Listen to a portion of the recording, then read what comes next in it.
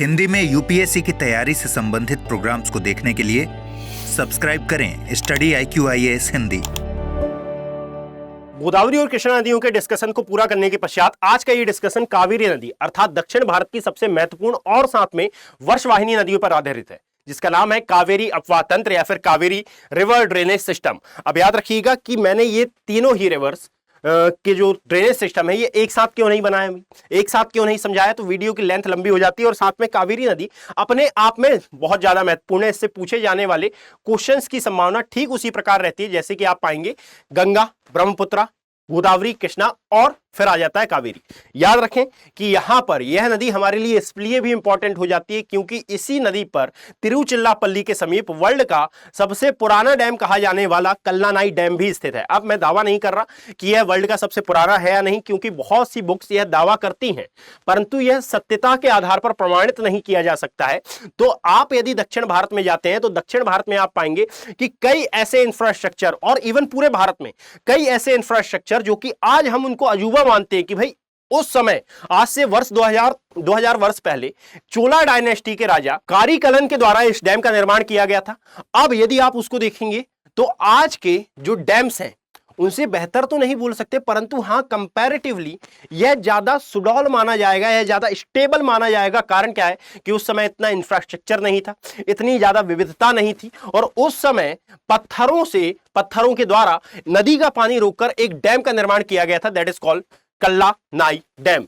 अब याद रखिए यही स्थित है कहां पर, कावेरी नदी पर। अर्थात दक्षिण भारत में ऐसी और बहुत सारी कलाकृतियां आपको देखने के लिए मिलती हैं, दैट इज वाई यह दक्षिण भारत बहुत ही ज्यादा इंटरेस्टिंग हो जाता है। उन्हीं में से आज का हम डिस्कशन करने वाले हैं कावेरी अपवाह तंत्र, और इसके मध्य में क्या क्या इंपॉर्टेंट प्लेसेस आती हैं, इसकी महत्वपूर्ण सहायक नदियां कौन सी हैं, कौन कौन से डैम इस पर स्थित हैं, उसके बारे में हम डिस्कशन करेंगे। तो विदाउट वेस्टिंग एनी टाइम हम आज का डिस्कशन प्रारंभ करते हैं। सबसे पहले यदि कोई भी स्टूडेंट नया है तो मैं उनको बता दूं कि भाई अभी हमारा जो टॉपिक चल रहा है वो है भारत की नदियां, और भारत की नदियों में चलते हुए अब हम इस लास्ट टॉपिक तक आ गए हैं, अर्थात that is Kaveri river drainage system या फिर कावेरी नदी तंत्र। और जब कावेरी नदी तंत्र को हमने समझना प्रारंभ कर रहे हैं तो यहां पर मैं आपको एक थोड़ा सा ब्रीफ इंट्रो दे देता हूं कि भाई प्रीवियस वीडियोस में हमने क्या क्या कर लिया है। तो याद रखिएगा कि सबसे पहले हमने स्टार्ट किया था हिमालय को समझना। उससे भी पूर्व हमने एक्चुअल में थोड़ी इंट्रोडक्शन लिया था इस पूरे इंडिया के बारे में। क्लियर? अब यहां पर कौन सा राज्य कहां है आपको अच्छे से पता है, तो यहां पर आपको दिखाई देता है क्या, that is western Ghat mountain. अब मैं आपको क्या बताने जा रहा हूं, तो यहां पर कावेरी अपवाह तंत्र में जो सबसे पहली लाइन आती है, या फिर पूरे भारत की नदियों को जब आप समझना प्रारंभ करते हैं तो वहां पर एक लाइन बोली जाती है कि पूरे पेनिनसुलर इंडिया के रिवर्स मौसमी है, अर्थात केवल और केवल वर्षा काल में इनको जल प्राप्त होता है। परंतु जब आप कावेरी रिवर ड्रेनेज सिस्टम को देखेंगे या फिर जब आप कावेरी नदी को देखेंगे तो इसको दो मौसमों में जल प्राप्त होता है, अर्थात ग्रीष्म काल में जहां पर पेनिनसुलर इंडिया की पूरी रिवर्स का जलस्तर घटता है। यदि आपके आसपास नर्मदा, ताप्ती या फिर कोई भी रिवर प्रवाहित होती है तो आप देख सकते हैं कि ग्रीष्म काल में उसका जलस्तर घटेगा। क्लियर? और जैसे ही वर्षा काल आएगा तो उसका जलस्तर बढ़ेगा। इसी को हम ज्योग्राफी की लैंग्वेज में कहते हैं नए बाढ़ का क्षेत्र और पुराने बाढ़ का क्षेत्र। क्लियर? अब ये जलस्तर घटता बढ़ता क्यों है भाई? ग्रीष्म काल में वाष्पन की क्रिया होती है, ग्रीष्म काल में जलस्तर कम होता है, या फिर वर्षा जल की मात्रा कम होती है, या फिर जल की मात्रा कम होती है, दैट इज वाई इस नदी का जलस्तर घटता है। इसको डिटेलिंग में हम फिजिकल ज्योग्राफी में कवर करते हैं, परंतु यहां पर यह समझने के लिए पर्याप्त है ना। अब यदि आप कावेरी नदी को देखेंगे तो कावेरी नदी में ऐसा बिल्कुल भी नहीं है कि यदि आप नर्मदा नदी से इसको कंपेयर करते हैं तो जिस प्रकार नर्मदा नदी ग्रीष्म काल में अपना जलस्तर घटाती है, कावेरी नदी अपना जलस्तर कभी भी नहीं घटाती। इसीलिए यह कावेरी रिवर बहुत महत्वपूर्ण स्रोत मानी जाती है दक्षिण भारत में इरिगेशन का। और दक्षिण भारत की जो पॉपुलेशन है वो आप पाएंगे कि इसी कावेरी नदी के आसपास के क्षेत्रों में ज्यादा बसी हुई है। और इवन यदि आप डेल्टाई क्षेत्र में चले जाएंगे तो डेल्टाई क्षेत्र में यह इरिगेशन के लिए काफी महत्वपूर्ण मानी जाती है। तो देखिएगा कि एक्चुअल में ऐसा होता क्यों है। इसको समझने के लिए आपको भारत में मॉनसून की कंडीशन को समझना होगा कि यदि आप भारत में मॉनसून की कंडीशन को समझते हैं तो एक्चुअल में भारत में मॉनसून का आगमन होता है दक्षिण पश्चिम दिशा से, और भारत के विशेष आकार के कारण यह हम मॉनसून वाले चैप्टर में भी पढ़ेंगे, परंतु यहां पर मैं वह नॉलेज आपको दे रहा हूं कि भाई जितना समझने के लिए आवश्यक है। क्लियर? ये जब साउथ वेस्ट मानसून भारत में आता है। तो यह साउथ वेस्ट मानसून इसको क्यों नाम दिया जाता है? क्योंकि एक्चुअल में यह साउथ वेस्टर्न डायरेक्शन अर्थात दक्षिण पश्चिम दिशा से आ रहा है। दैट इज वाई हम इसे कॉल कर रहे हैं साउथ वेस्ट मानसून। इसका कोई भी साइंटिफिक या फिर कोई भी ट्रिपिकल टर्म नहीं है। दक्षिण पश्चिम मानसून जब भारत में आता है तो भारत के विशेष आकार के कारण, यदि आप अल्फाबेटिकली इसको आप देखें तो एक्चुअल में ये वी शेप का है। वी शेप के कारण यह दो पार्ट्स में बंटता है और इसके दो पार्ट्स में दो शाखाओं का निर्माण होता है। दैट इज पहली वाली जो शाखा कहलाएगी यह कहलाएगी हमारी अरब सागर शाखा। और अरब सागर शाखा के बारे में याद रखिएगा कि यह लगभग संपूर्ण भारत में ही वर्षा कराती है ना। इस वाले पार्ट में तो कराएगी, हिमालयी क्षेत्रों में भी कराती है। फिर इसके बाद एक जो दूसरी शाखा बनी यह कहलाती है एक्चुअल में बंगाल की खाड़ी सागर शाखा या फिर बे ऑफ बंगाल शाखा। क्लियर? यह जाती है और सोमालियन जेट स्ट्रीम से चलते हुए, यानी कि यहां से अब सोमालियन जेट स्ट्रीम निकलती है और सोमालियन जेट स्ट्रीम इसको अंदर की ओर पुश करती है तो उड़ीसा आंध्र प्रदेश वाले एरिया में भी यह वर्षा कराती है। पश्चात यह पहुंचती है इस साउथ ईस्ट इंडिया में और यहां पर यह वर्षा कराती है। सर्वाधिक वर्षा इसी क्षेत्र में कराती है। दैट इज वाई कि आप यहां पर एक क्षेत्र का नाम देखेंगे, दैट इज चेरापूंजी मोसिनराम, है ना। तो सबसे पहले यहां वर्षा कराती है और सबसे ज्यादा यहीं पर वर्षा कराती है। क्लियर? अब इसका डिस्कशन बाद में होगा। देखिएगा ये जो साउथ वेस्ट मानसून आया, साउथ वेस्ट मानसून ने पश्चिमी घाट पर्वत, यह है हमारा वेस्टर्न घाट माउंटेन, वेस्टर्न घाट माउंटेन से टकराकर, VGM इसको मैं लिख दे रहा हूं। क्लियर? वेस्टर्न घाट माउंटेन से टकराकर इसने सर्वाधिक वर्षा कराई वेस्टर्न घाट माउंटेन के वेस्टर्न पार्ट में, यानी कि पश्चिमी घाट पर्वत के पश्चिमी भाग में। और यहां पर आपको एक हिल देखने के लिए मिलती है, दैट इज यह है ब्रह्मगिरी पहाड़ी। और यह ब्रह्मगिरी पहाड़ी क्या है? तो यह वही पहाड़ी है जहां से एक्चुअल में ओरिजिनेट होती है कौन? Kaveri river, that is Brahmagiri पहाड़ी।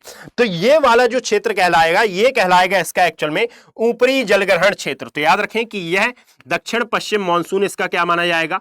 ऊपरी जलग्रहण क्षेत्र, क्योंकि एक्चुअल में इसका ओरिजिन हो रहा है और यह कावेरी रिवर यहां से चलते हुए अपना मुहाना कहां बनाएगी? यहां नीचे की ओर आ रही है। क्लियर? तो इसीलिए इसको क्या कहा गया? ऊपरी जलग्रहण क्षेत्र। पश्चात इसके भारत में एक और मानसून आता है जिसको हम लौटता मानसून के नाम से जानते हैं और यह बेसिकली हिमालय से टकराकर तिब्बत के पठार में, और तिब्बत का पठार कहां पर है? तो तिब्बत का पठार आप पाएंगे कि इस क्षेत्र में आपको स्थित दिखाई देगा, दैट इज तिब्बतियन प्लेट्यू।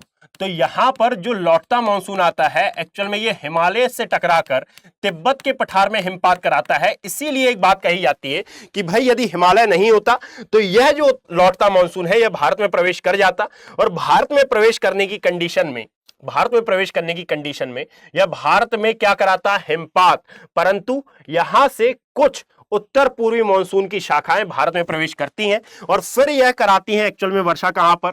इस क्षेत्र में, अर्थात यह क्षेत्र माना जाता है दैट इज कोरोमंडल एरिया, है ना। और ये कहां है? ये तमिलनाडु राज्य में आपको दिखाई देगा और ये जो शाखा है इसे नाम दिया जाता है दैट इज ये हमारी नॉर्थ ईस्ट मानसून की शाखा, अर्थात उत्तर पूर्वी मानसून की शाखा। यह टकराती है कोरोमंडल तट से और कोरोमंडल तट से टकराने के कारण इस नदी का जो डेल्टाई क्षेत्र है उसे जल की प्राप्ति होती है। अर्थात अब ऐसा नहीं होगा कि मानसूनी धारा आ रही है या फिर मानसून आ रहा है तो स्पेसिफिक उसी एरिया में वर्षा कराए। आप ये बात जानते हैं कि यदि मानसून का आगमन होता है तो पूरे एमपी, पूरे दिल्ली, है ना, यानी कि पूरे प्रायद्वीपीय भारत में वर्षा होती है। अपेक्षाकृत कहीं पर ज्यादा हो जाती है, कहीं पर कम हो जाती है। तो बच्चों वाली हरकत ना करें। यहां पर मानसून आने का मतलब या फिर वर्षा होने का मतलब कोरोमंडल तट पर यह है कि भाई कोरोमंडल तट पर वर्षा होगी, मतलब कि तमिलनाडु में वर्षा हो रही है। और यदि तमिलनाडु में वर्षा हो रही है दैट इज कि ये कावेरी नदी का जलस्तर यहां पर फिर से क्या हो जाएगा? न्यूट्रल हो जाएगा, यानी कि जलस्तर बढ़ेगा। किससे टकराकर? इस कोरोमंडल तट से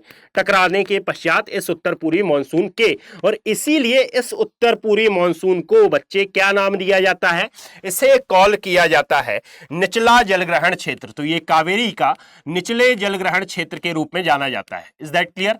अब एक और बात इंपॉर्टेंट है यहां पर भाई, तो यहां पर क्यों कहा जाता है कि भाई कावेरी नदी ठीक उसी प्रकार महत्वपूर्ण है दक्षिण भारत के लोगों के लिए जिस प्रकार उत्तर भारत के लोगों के लिए गंगा इंपॉर्टेंट है। तो देखें कि यदि आप उत्तरी भाग में देखेंगे तो गंगा एक्चुअल में एक वर्षवाहिनी रिवर है और वर्षवाहिनी नदी होने के कारण ही यह इसमें जलस्तर कभी भी कम नहीं होता। और यदि आप यूपी बिहार यहां की पॉपुलेशन को देखेंगे तो यहां की पॉपुलेशन एक्चुअल में कृषि पर आधारित है, और कृषि होने का मुख्य कारण है कि यहां पर सिंचाई व्यवस्था अच्छी है, और सिंचाई व्यवस्था अच्छी होने का मेन रीजन है कि यहां पर बहुत सी नदियां प्रवाहित होती हैं और वो वर्षवाहिनी है, अर्थात उनमें जल की मात्रा की कभी भी कमी नहीं होती। बस यही इंपॉर्टेंट आपको किसके संदर्भ में देखने के लिए मिलता है, इस कावेरी रिवर की। दैट इज वाई कि यदि आप दक्षिण भारत में जाते हैं तो दक्षिण भारत में सेम वही सम्मान जो कि उत्तर भारत में कावेरी नदी को गंगा नदी को दिया जा रहा है, यहां पर भी वही सम्मान आपको देखने के लिए मिलेगा। इसीलिए यहां के लोग इसको कावेरी अम्मा भी नाम देते हैं, कावेरी अम्मा। जैसे गंगा मैया या फिर गंगा मां, वैसे ही सदर्न की लैंग्वेज में या फिर साउथ इंडियन लैंग्वेज में इसको अम्मा कॉल किया जाता है, कावेरी अम्मा। और पुराना नाम, कई बार आपसे एग्जाम में पुराना नाम भी पूछ लेता है, तो आप एक और नाम याद रख लीजिएगा, इसी को कहा जाता है पोन्नी, नॉट पोन्नीनी, इसको कहा जाता है पोन्नी, यानी कि ये वहां की स्थानीय लैंग्वेज है। तो यहां पर अभी तक हमने कुछ प्रारंभ नहीं किया है, मैंने केवल और केवल ये बताया कि यदि कावेरी रिवर को आप वर्षवाहिनी नदी का दर्जा दे रहे हैं तो इसका मेन रीजन क्या है, इसका मेन कारण क्या है। और यदि ये वर्षवाहिनी है तो जनरली पूछ लिया जाता है कि भाई इसका ऊपरी जलग्रहण क्षेत्र कौन सा है और इसका निचला जलग्रहण क्षेत्र आपको कौन सा देखने के लिए मिलेगा। याद रखिएगा, अब मैं यहां से प्रारंभ कर रहा हूं क्या, कावेरी रिवर सिस्टम, अर्थात यहां से मैं अब कावेरी नदी को समझाना आपको प्रारंभ कर रहा हूं। मेरी बात अब आप ध्यान से सुनिएगा, देखिएगा, यहां पर आपको वेस्टर्न घाट माउंटेन में एक पहाड़ी देखने के लिए मिलेगी, या फिर वेस्टर्न घाट माउंटेन में आपको कुछ हिल देखने के लिए मिलेंगी, जिनमें से एक है हमारी ब्रह्मगिरी पहाड़ी। और इस ब्रह्मगिरी पहाड़ी की लोकेशन यदि आपको याद रखनी हो तो याद रखें, कर्नाटक में पश्चिमी घाट पर्वत दिख रहा है, वहीं पर आपको एक क्षेत्र दिखेगा या फिर एक जिला देखने के लिए मिलेगा, दैट इज कॉल्ड कोडगु या फिर कुर्ग मिल जाएगा, क्योंकि कोडगु इसको बहुत समय पहले कहा जाता था। इसी कुर्ग के पास यह ब्रह्मगिरी पहाड़ी आपको मौजूद दिखाई देती है, स्थित दिखाई देती है। और इसी ब्रह्मगिरी पहाड़ी के ही समीप एक ताल है जिसको कहा जाता है कावेरी ताल या फिर ताल कावेरी नाम दिया जाता है। और इसी ताल कावेरी से एक्चुअल में ओरिजिन होता है किसका, इस कावेरी नदी का। तो ये कौन सी पहाड़ी है, दैट इज कॉल्ड ब्रह्मगिरी पहाड़ी। एक सेकेंड, जस्ट अ सेकेंड, ये हमारी ब्रह्मगिरी पहाड़ी जो कि कर्नाटक राज्य में कुर्ग जिले के समीप स्थित है। यहां से उद्गम लेने के पश्चात यह दो राज्यों में बेसिकली प्रवाहित होती है, यानी कि मोटे मोटे आधार पर यदि आप देखेंगे कर्नाटक से ये निकली और तमिलनाडु में अपना जल विसर्जित कर दी मन्नार की खाड़ी में। परंतु यदि आप इसको थोड़ा बारीकी से देखें तो याद रखें यह 3 राज्यों, और ये 3 राज्य कौन से हैं, तो सबसे पहले तो अब मैं यहां पर राज्यों का शॉर्ट फॉर्म लिख रहा हूं।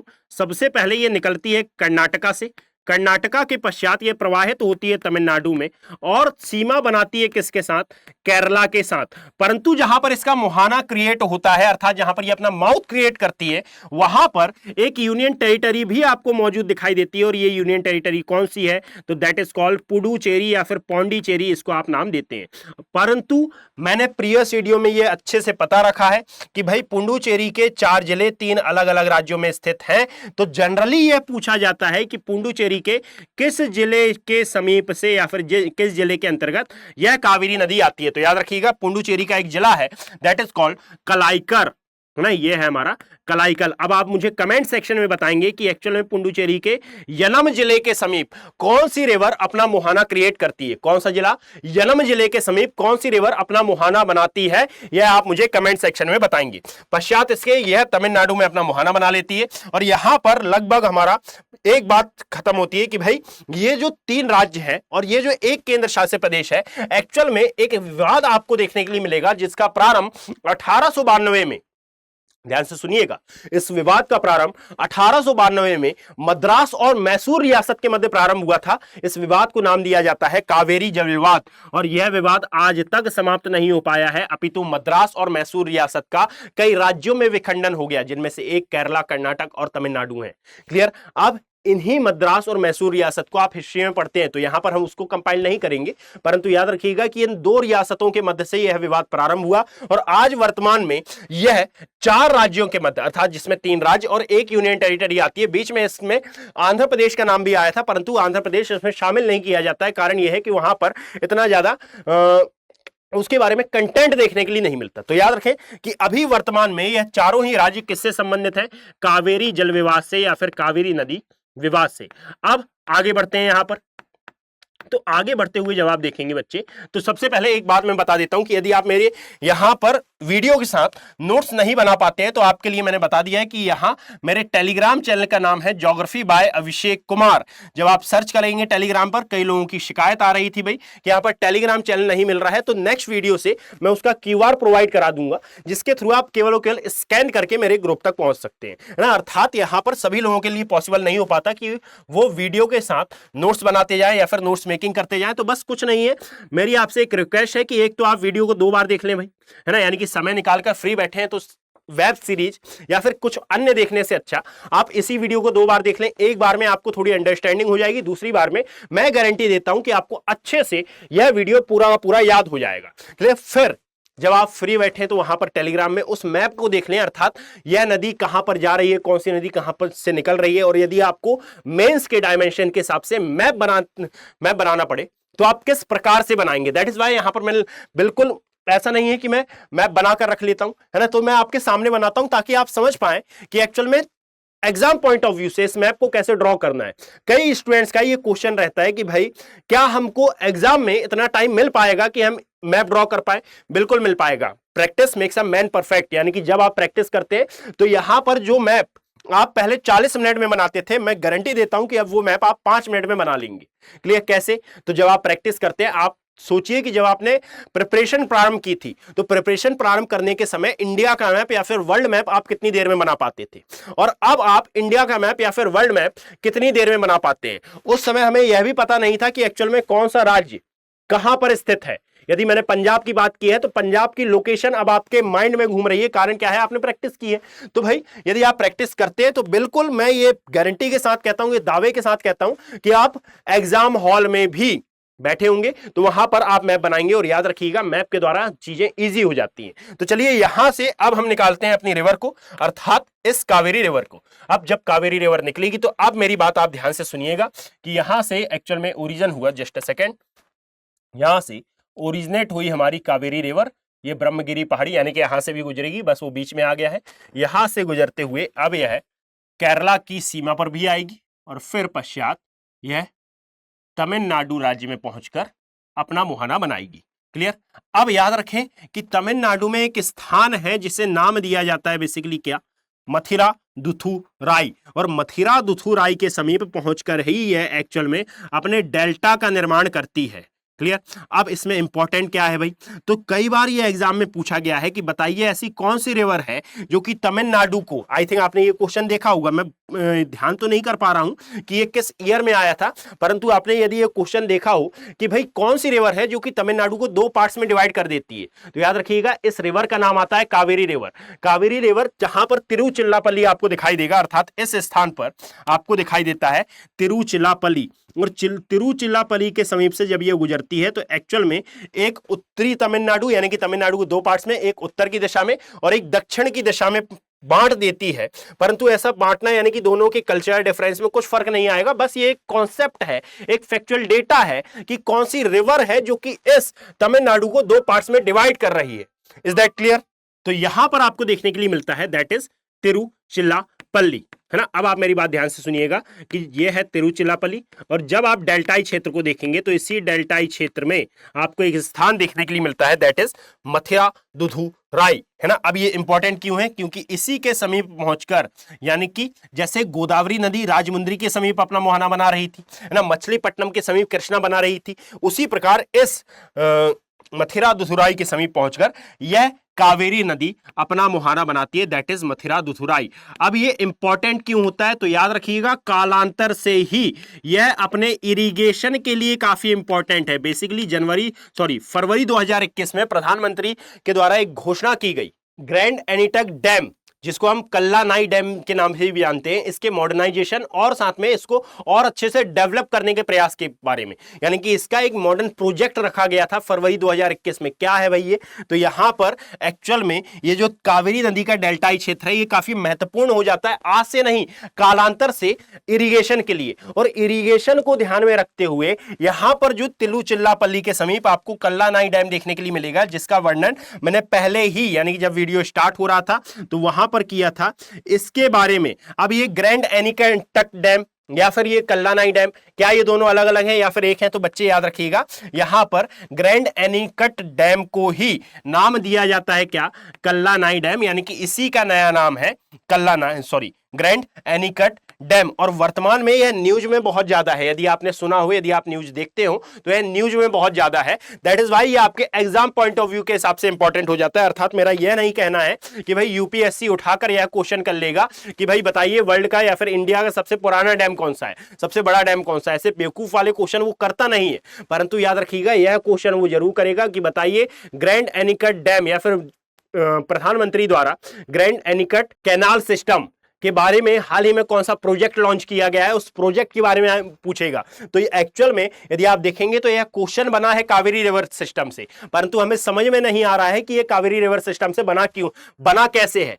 क्यों? क्योंकि हमने उस हिसाब से पढ़ाई ही नहीं की है। हमने केवल और केवल यह पढ़ा हुआ है कि भाई ब्रह्मगिरी पहाड़ से इस कावेरी नदी का उद्गम होता है, 3 राज्यों में दो राज्यों में यह प्रवाहित होती है, 4 राज्यों के मध्य कावेरी नदी जल विवाद है, मद्रास और मैसूर रियासत के मध्य प्रारंभ हुआ था फरवरी 2019 में। इस पर एक डिक्लेरेशन दिया गया, बस हमने इतना पढ़ा हुआ है। एक्चुअल में हम इसके अंदर प्रवेश ही नहीं कर पाए हैं। हमने पढ़ा ही नहीं है कि कावेरी नदी के डेल्टा का क्या महत्व है और यह किस प्रकार से इरिगेशन के लिए इंपॉर्टेंट माना जाता है और इस इरिगेशन के थ्रू आप किस किस चीज को बढ़ावा देना चाहते हैं। क्लियर? और यह हाल ही में क्यों चर्चा में है। तो जब आप इस प्रकार की अपनी अप्रोच को रखते हैं तो याद रखिएगा कि आप औरों से आगे निकलते हैं, अर्थात है ज्योग्राफी ही। ज्योग्राफी में आपने बहुत से इंटरव्यू हुए हैं, उनमें भी सुना होगा कि यदि आप कोई भी सब्जेक्ट पढ़ रहे हैं तो उस सब्जेक्ट में आपको बहुत अच्छे से पता होना चाहिए कि इसका इंटरकनेक्शन किस प्रकार है। अर्थात यदि आप इसी सब्जेक्ट को दूसरे सब्जेक्ट के साथ ओवरलैप कराना चाहें, दूसरे सब्जेक्ट के साथ यदि आप कनेक्ट करना चाहें तो ये आप कैसे करेंगे? How is that possible? और यही बनता है कैसे? प्रैक्टिस से। यानी कि जब आप प्रैक्टिस करते जाते हैं, कई लोगों के यहां पर डाउट आते हैं कि सर रिवीजन नहीं हो पाता। कारण यह है कि आपने एक बार पढ़ लिए, एक बार पढ़ने के पश्चात आप उसे दोबारा नहीं कर सकते, इसमें कोई खामी नहीं है, it's a human nature. But यहां पर इंपॉर्टेंट यह है कि भाई जब आप उसी टॉपिक को दोबारा पढ़ते हैं ना, तो मैं गारंटी के साथ कहता हूं कि उसमें कुछ ना कुछ डेटा आपको नया मिलता है। क्लियर? तो practice makes a man perfect, और जितना आप रिवीजन करते हैं उतनी आपकी बुद्धि खुलती है। यानी कि रिवीजन करने में आपको किसी भी प्रकार की कोई ग्लानि, किसी भी प्रकार की कोई शिकवा नहीं होनी चाहिए। और यही मेरा उद्देश्य है कि भाई यहां पर यदि मैं कावेरी रिवर सिस्टम या फिर कोई भी टॉपिक उठा रहा हूं तो उस टॉपिक के कितने डायमेंशन हो सकते हैं, उसको मैं कहां से कनेक्ट कर सकता हूं, यह आपके माइंड में सेट डाउन करना है। आई थिंक, होप करता हूं कि यह बात आपकी समझ में आई होगी। क्लियर? चलिए आगे बढ़ते हैं। तो एक्चुअल में यह है हमारा कल्लानाई डैम, जिसको आज वर्तमान में किस नाम से जाना जाता है? ग्रैंड एनीकट डैम के नाम से। और आर्थर कॉटन का नाम आई थिंक आपने सुना होगा। तो आर्थर कॉटन ने इसी के जैसा एक और डैम बनवाया था, यानी कि इस डैम की कॉपी कहा जाता है। यदि आप कभी साउथ इंडिया में घूमने के लिए जाएंगे तो साउथ इंडिया में बेसिकली यह ग्रैंड एनीकट डैम बहुत ज्यादा फेमस है। ग्रैंड एनीकट डैम बहुत ज्यादा फेमस है। क्लियर? जो कि कल्लानाई डैम है इसका पूरा नाम। परंतु ये जो आर्थर कॉटन के द्वारा बनवाया गया डैम है, जिसका नाम है लोअर एनीकट डैम, है ना, ये ज्यादा फेमस हो गया है। कारण क्या है कि एक्चुअल में इसकी कॉपी है और यहां पर खड़े होकर देखने पर आपको कावेरी नदी बहुत अच्छे से देखने के लिए मिलती है। इसका मेन कारण मैं एक और बताता हूं कि इसको सबसे पहले तो कल्लानाई कहा जाता है। एक्चुअल में इसी ये जो एरिया आपको दिख रहा है तिरुचिरापल्ली नामक, यहां पर कावेरी रिवर 2 शाखाओं में विभाजित होती है। देखिए गंगा से मिलती जुलती है। गंगा भी पश्चिम बंगाल में पहुंचकर 2 शाखाओं में विभाजित होती है। एक कहलाती है हुगली और एक कहलाती है क्या? भागीरथी। भागीरथी प्रवेश करती है कहां? बांग्लादेश में, और इसका नाम होता है पद्मा। सेम एज यहां पर यदि आप आते हैं तो यहां पर भी इस तिरुचिरापल्ली के समीप यह कावेरी रिवर 2 शाखाओं में विभाजित होती है। परंतु 16 किलोमीटर प्रवाहित होने के पश्चात ये दोनों ही शाखाएं मिल जाती हैं। अब ये जो 2 शाखाओं में विभाजित होती है, इसमें से जो नॉर्थ की शाखा है ना, यानी कि जो उत्तरी शाखा है बच्चे, इसे नाम दिया जाता है कोलिडम या कोलेनूर। कोलिडम या फिर इसे कहा जाता है कोलेरून। क्लियर?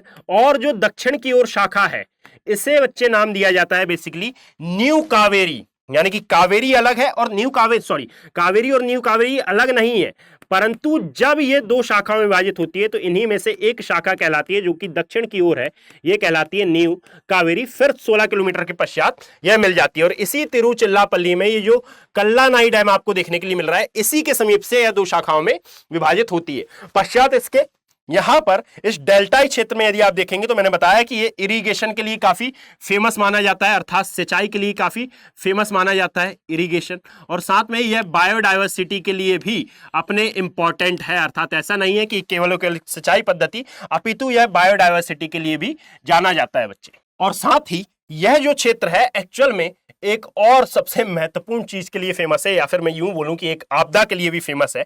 और यह आपदा कौन सी है? तो यहां पर यह क्षेत्र प्रभावित देखने के लिए मिलता है आपको ट्रॉपिकल साइक्लोन से, अर्थात दैट इज, इसे नाम दिया जाता है उष्ण कटिबंधीय चक्रवात। इससे यह प्रभावित देखने के लिए मिलेगा, जिसको शायद अटलांटिक महासागर और नॉर्थ पैसिफिक ओशन में हैरिकेन के नाम से जानते हैं। उसके लिए यह क्षेत्र बहुत ज्यादा इफेक्टिव या फिर बहुत ज्यादा प्रभावित कर देने वाले ट्रॉपिकल साइक्लोन आपको इस क्षेत्र में आते हुए दिखेंगे। आपने बहुत बार न्यूज में भी सुना होगा कि केरला के तट पर आकर XYZ साइक्लोन आकर टकराया। अब एक आध ट्रॉपिकल साइक्लोन का नाम आप मुझे कमेंट सेक्शन में बताएंगे कि अभी हाल ही में भारत में कौन सा ट्रॉपिकल साइक्लोन या फिर कौन सा उष्ण कटिबंधीय चक्रवात आपको देखने के लिए मिला था। चलिए प्रारंभ करते हैं। अब यहां से आप बात समझना चालू करिएगा कि ये जो कावेरी रिवर है, यह कावेरी रिवर जब ओरिजिन होता है तो एक्चुअल में इसमें जल की मात्रा कभी कम नहीं होती। जल की मात्रा कम नहीं है, इसका स्पीड भी कम नहीं है। स्पीड यानी उतनी ज्यादा तो नहीं है, परंतु हाँ स्पीड भी नियत है। और जब स्पीड नियत है तो इसकी अवसाद ग्रहण करने की क्षमता या फिर इसकी अपर्दन क्षमता ज्यादा है। अपर्दन क्षमता ज्यादा है तो जब ये अवसादों को लेकर किसी ऐसे क्षेत्र में पहुंचेगी जहां पर ढाल अपेक्षाकृत कम है, तो वहां पर पहुंचने के पश्चात यह अपने द्वारा लाए हुए अवसादों का निक्षेपण भी करेगी। तो याद रखिएगा कि इस कावेरी नदी ने अपने द्वारा लाए हुए अवसादों के निक्षेपण के परिणाम स्वरूप यहां पर दो नदी द्वीपों का निर्माण कर रखा है। और ये दो नदी द्वीप कौन से हैं? तो एक आता है श्रीरंगनापट्टनम नदी द्वीप, और एक आपको बच्चे देखने के लिए मिलेगा क्या?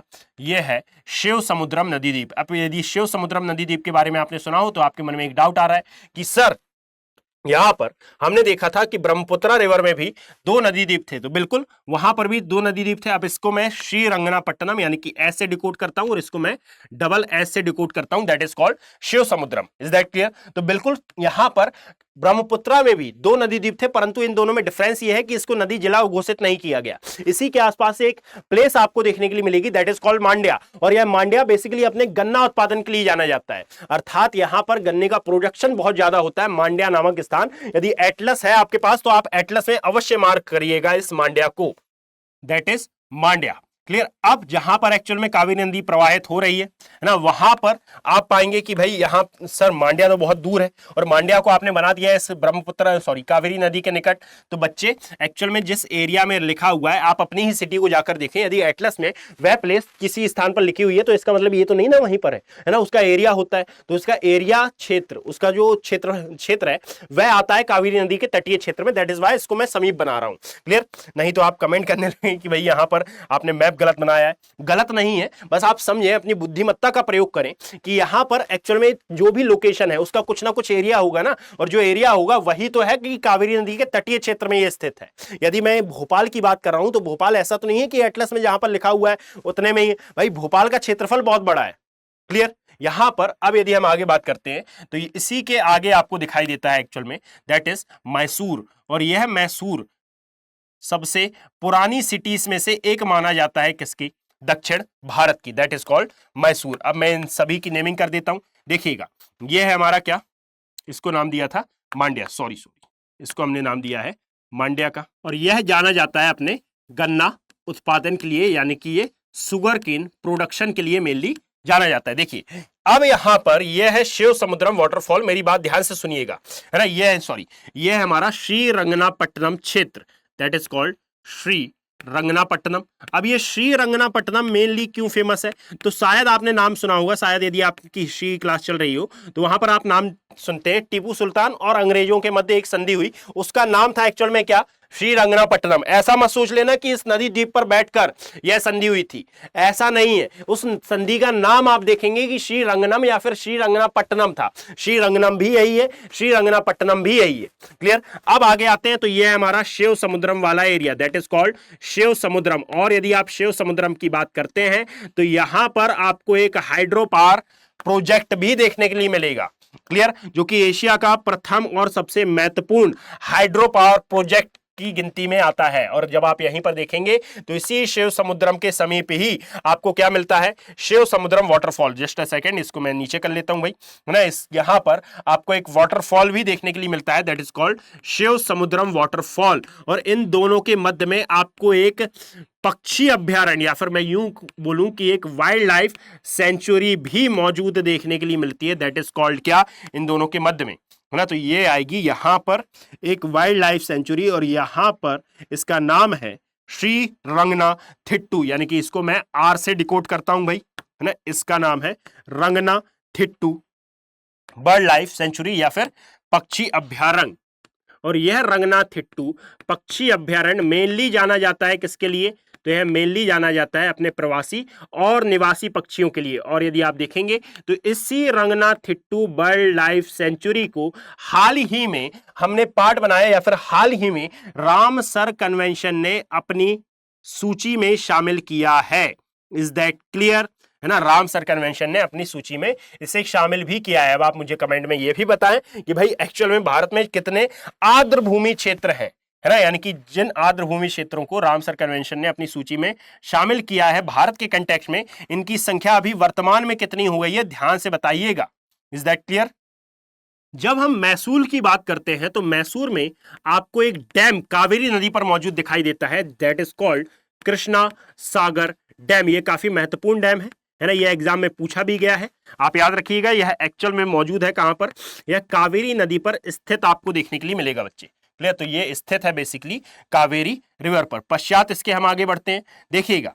अब जब आपने यहां पर कौन सा फॉल बोला था, शिव समुद्रम, तो यहां पर एक और फॉल है ना, यहां पर एक और फॉल है और इसे नाम दिया जाता है दैट इज कावेरी फॉल्स, है ना। नाम ही है इसका कावेरी फॉल्स। तो याद रखें, दो फॉल्स के नाम मैंने आपको बताए हैं और एक आता है शिव समुद्रम फॉल्स और एक आपको देखने के लिए मिलेगा दैट इज कावेरी फॉल, जो दोनों ही शिव समुद्रम द्वीप के ही निकट आपको मौजूद दिखाई देते हैं। अब यहां से हम प्रारंभ करते हैं इसकी सहायक नदियां कि एक्चुअल में यहां पर कौन कौन सी ट्रिब्यूटरीज इसमें आकर समाहित होती हैं या फिर कौन कौन सी सहायक नदियां इसमें आकर मिलती हैं। चलिए बिना देरी किए प्रारंभ करते हैं इनकी सहायक नदियों को। उससे पूर्व आप दो लोकेशन और यहां पर जानिए कि भाई एक आती है लोकेशन हमारी दैट इज चामराज नगर, ध्यान से सुनिएगा नाम, चामराज नगर, क्लियर। और नेक्स्ट है हमारा धर्मपुरी, है ना। ये दोनों आपको इजीली मिल जाएंगी, दैट इज चामराज नगर और एक आती है धर्मपुरी, है ना। ये दोनों ही प्लेसेस आपके लिए बेहद ही इंपॉर्टेंट हो जाती हैं। और ये क्यों है, ये है चामराज नगर और दैट इज कॉल्ड धर्मपुरी। और जब आप इन दोनों के मध्य में देखेंगे तो एक वाटरफॉल आपको देखने के लिए मिलेगा जो कि बहुत ही ज्यादा इंपॉर्टेंट हो जाता है। और इस वाटरफॉल को क्या नाम दिया जाता है, होगेन नक्कल, क्लियर। यहां पर मैं नेमिंग कर देता हूं भाई कि ये है हमारा चामराज नगर, दैट इज कॉल्ड चामराज। एक सेकंड में इसको अब कैसे लिखूं, तो स्पेशियस है, काफी हो गया है ये।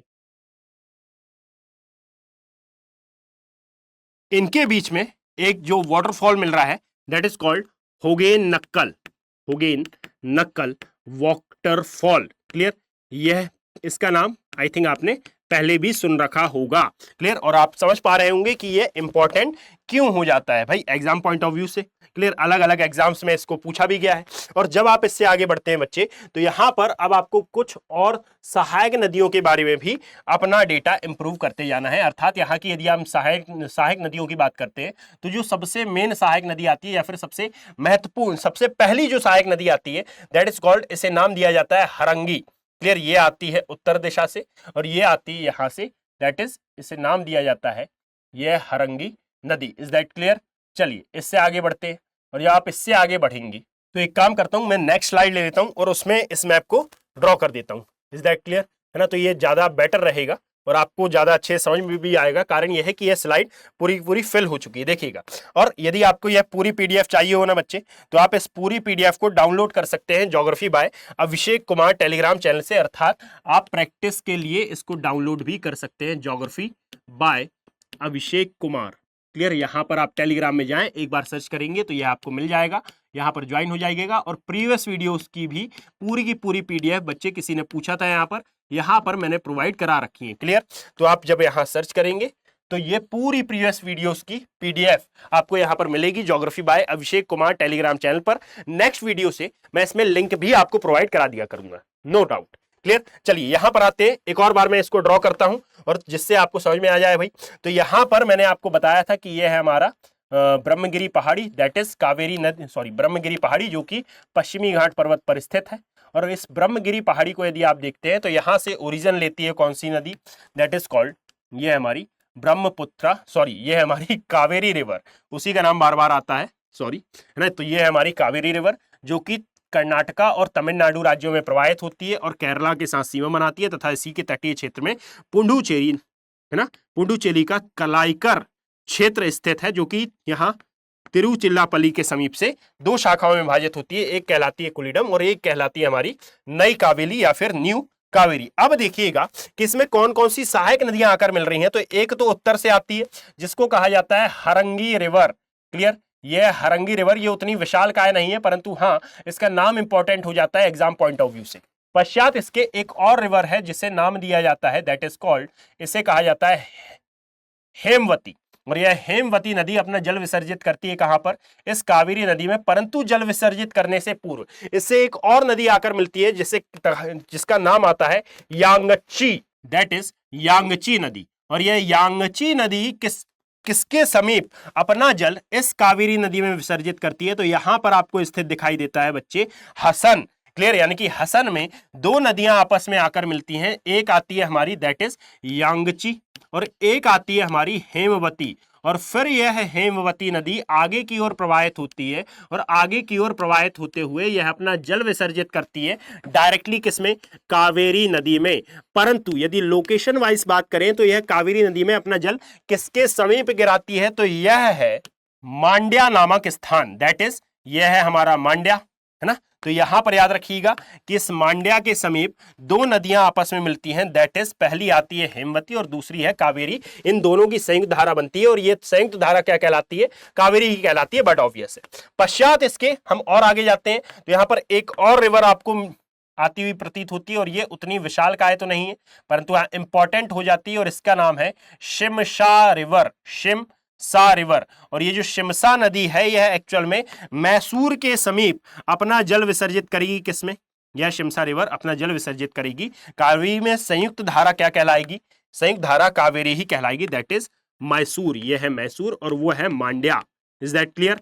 अब यदि आप मैसूर को देखें, अच्छा सॉरी मैसूर नहीं, मैट्टूर, आगे आने पर आपको एक और क्षेत्र विद्यमान यहां पर दिखाई देता है, दैट इज कॉल्ड मैट्टूर। और यदि हम मैट्टूर की बात करें ना बच्चे, है ना, यदि हम मैट्टूर की बात करते हैं तो मैट्टूर की लोकेशन कुछ यहां पर आपको देखने के लिए मिलती है, कुछ इस एरिया में आपको मैट्टूर दिखाई देगा। और ये जो मैट्टूर है यह एक्चुअल में फेमस है, एक फेमस बांध का आपने नाम सुना होगा या फिर एक जलाशय का नाम सुना होगा, स्टैनली, है ना। यह है मैट्टूर और यह मैट्टूर जाना जाता है स्टैनली जलाशय के लिए। इसको भी मैं ऊपर ही नोट डाउन कर देता हूं, दैट इज यह है मैट्टूर वाला एरिया, है ना। और यह जाना जाता है स्टैनली जलाशय के लिए। और ये स्टैनली जलाशय क्या है, तो एक्चुअल में यहां से एक बार नदी अंदर जाके बाहर निकलती है, दैट इज वाई यह इंपॉर्टेंट हो जाता है, स्टैनली जलाशय को याद रखना। एक और सबसे इंपॉर्टेंट बात कि जब आप इसी एरिया को देखते हैं तो यहां पर एक डैम भी दिखाई देता है। और यह डैम कौन सा है, तो याद रखिएगा इस डैम को नाम दिया जाता है बच्चे कावेरी डैम या फिर कावेरी बांध, सॉरी कावेरी नहीं, मैट्टूर बांध, ना, इसको नाम दिया जाता है मैट्टूर, ये डैम या फिर मैट्टूर बांध। ये कहां पर आता है, मैट्टूर के समीप ही आपको देखने के लिए मिलेगा। आप एटलस में इसकी लोकेशन मार्क कर सकते हैं, इज दैट क्लियर। चलिए आगे की ओर बढ़ते हैं। जब आप आगे की ओर आएंगे तो यहां पर एक और महत्वपूर्ण रिवर आपको देखने के लिए मिलेगी और इस महत्वपूर्ण रिवर को क्या नाम दिया जाता है, हाँ ये है ना, इस महत्वपूर्ण रिवर को एक्चुअल में क्या नाम दिया जाता है, यह है अर्कावती रिवर। याद रखिएगा इस रिवर का ओरिजिन बहुत ज्यादा इंपॉर्टेंट हो जाता है एग्जाम पॉइंट ऑफ व्यू से, यानी कि स्टेटमेंट इसमें पूछा जा चुका है। तो आप याद रखें कि यहां इस अर्कावती का उद्गम बेसिकली होता है नंदी हिल से, दैट इज कॉल्ड, इसे नाम दिया जाता है नंदी हिल। और नंदी हिल से निकलकर यह सदर्न डायरेक्शन की ओर बहते हुए, नंदी पहाड़ी से निकलकर सदर्न डायरेक्शन की ओर बहते हुए एक्चुअल में एक स्थान मिलेगा आपको, दैट इज कॉल्ड रामनगर या फिर रामनगरा, क्लियर। इस लोकेशन के समीप यह अपना जल किस में गिरा देती है, एक्चुअल में यह कावेरी नदी में मिल जाती है। रामनगर बोला जाए या फिर कई जगह इसको रामनगरा भी नाम दिया जाता है। तो आप याद रखें कि यह नंदी हिल से निकलती है, यह है हमारी अर्कावती नदी और यह अर्कावती नदी अपना जल विसर्जित करती है किसमें, इस कावेरी रिवर में। अब ये तो हुई कौन सी, तो ये हमारी कौन सी थी, Shimsha, that is called Shimsha. और इसी शिमशा नदी पर याद रखो एक डैम भी आपको मौजूद दिखाई देगा। इस डैम को नाम दिया जाता है माकोन हली डैम। और ये किस जिले, माकोन हली डैम, और ये किस जिले में लोकेटेड है? तो याद रखिएगा यहां पर एक जिला आता है दैट इज तुमकुर, है ना, या फिर तमकुर जिला। यहां पर ये लोकेटेड आपको देखने के लिए मिलता है। इज दैट क्लियर, है ना? और यदि इतना क्लियर है तो हम आगे बढ़ सकते हैं। चलिए आगे की ओर बढ़ते हैं। तो ये जो सहायक नदियां थी ये बेसिकली कौन सी थी?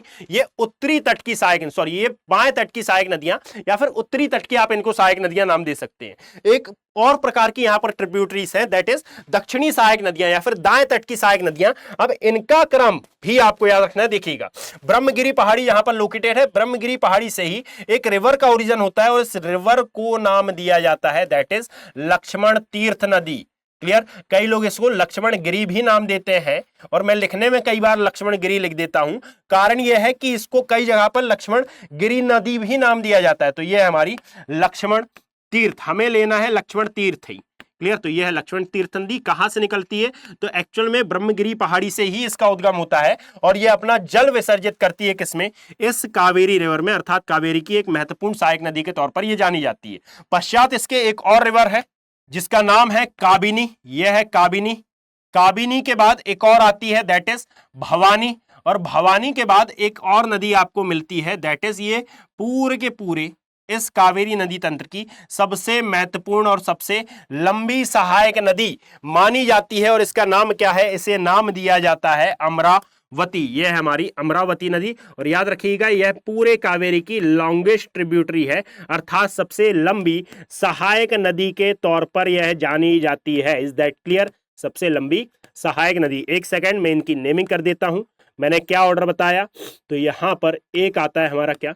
एक आता है हमारा लक्ष्मण तीर्थ। लक्ष्मण तीर्थ के पश्चात यहां पर काबिनी, और काबिनी के पश्चात एक और है दैट इज कॉल्ड भवानी, यानी कि काबिनी हो गई और ये हो गई हमारी भवानी वाला एरिया। सॉरी मैं नीचे लिखने लगा ना, काबिनी, काबिनी के पश्चात भवानी। यह है इन नदियों का ऑर्डर। अब यहां पर याद रखें कि ये वो नदियां हैं जो कि एग्जाम पॉइंट ऑफ व्यू से काफी इंपॉर्टेंट है। और यहां पर लोकेशन के बारे में मैंने पहले ही बता दिया कि भाई यहां पर मथुरा, दुथु, राई आपको देखने के लिए मिलेगा। दैट इज वाई यहां पर मैंने लोकेशनल एनालिसिस पहले किया है और लोकेशनल एनालिसिस के बाद मैंने रिवर्स का एनालिसिस बाद में किया है। तो आप इन सभी बातों को अपने माइंड में सेटल डाउन करिएगा। यहां पर हमने कावेरी नदी का एक ब्रीफ डिस्कशन, एक जितना भी उसमें डेटा पुट हो सकता था, जो भी एग्जाम पॉइंट ऑफ व्यू के हिसाब से इंपॉर्टेंट है और जो कभी ना कभी पूछा गया है, यदि आप इन सभी डेटा को उठाकर देखेंगे तो लोकेशनल एनालिसिस, है ना, डैम के आधार पर, सहायक नदियों के आधार पर, ये कभी ना कभी ये क्वेश्चन आए हुए हैं। तो याद रखें यह पूरा एनालिसिस, यदि आप यहां तक आए हैं तो मैं यह मानकर चल रहा हूं कि आप एक सीरियस एस्पिरेंट है। यदि आपको ये वीडियो पसंद आया हो तो आप इसे लाइक करें, ज्यादा से ज्यादा शेयर करें, अपना पॉजिटिव रिस्पॉन्स यहां पर देकर जाएं और इस पीडीएफ के लिए जुड़े geography bye Abhishek Kumar Telegram channel पर। धन्यवाद।